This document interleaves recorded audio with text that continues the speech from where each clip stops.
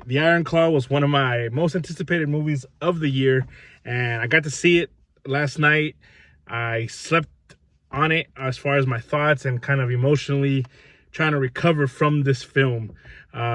It's directed and written by Sean Durkin, and it's pretty much about this royal wrestling family, one of the legendary families of wrestling, the Von Erichs.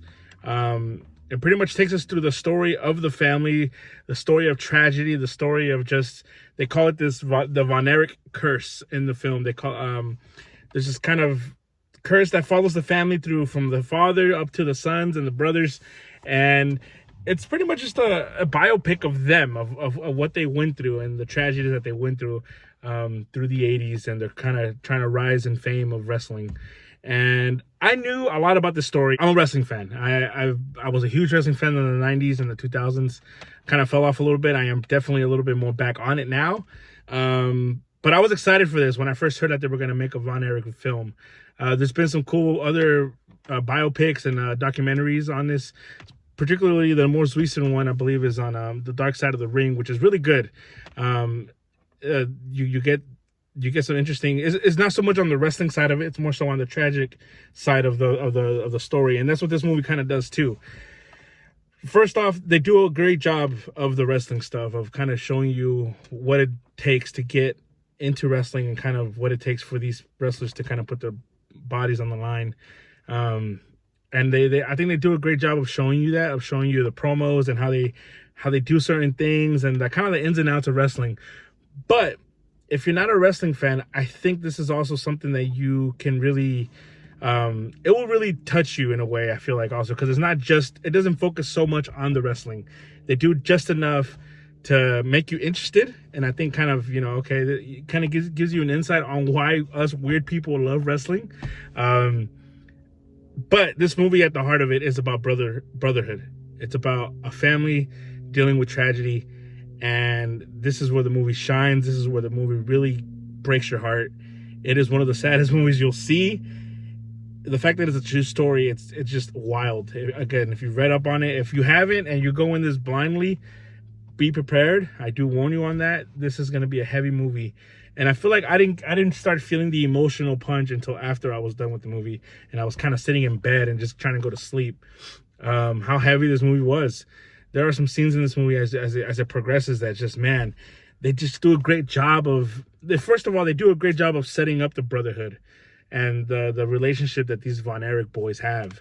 There's a point about maybe halfway through the movie in which they've done it. They've kind of reached the peak of who they are, and there's just a lot of happiness as far as, there's a lot of good times in this movie, and they get to a point where it just feels good.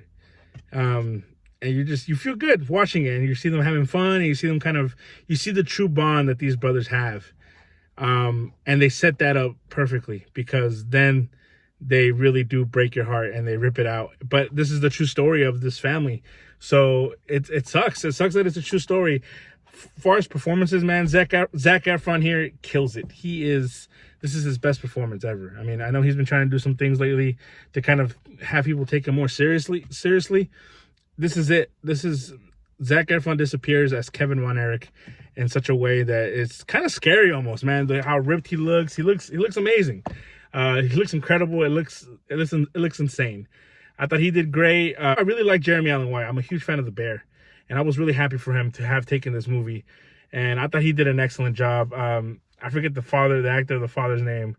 Gosh, I had just looked at it too, but I thought he was great as the dad, kind of anchoring this movie as well, as far as a bunch of brothers trying to live up to their father's expectations. And there's a lot of that too, of the father-son relationship and dynamic that a hardcore father has for their kids. He's kind of the typical, he didn't really get to fulfill his dream of becoming what he felt he needed to become. So now he's trying to push his sons and trying to live through them as far as the success and the accomplishments that they attain. So again, all that, they just do such a great job of building it up to really hit you with what the tragedy of the Von Erichs truly is.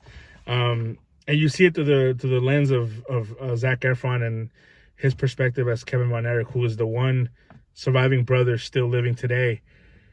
And I just thought it was just a great all-around job from everybody here.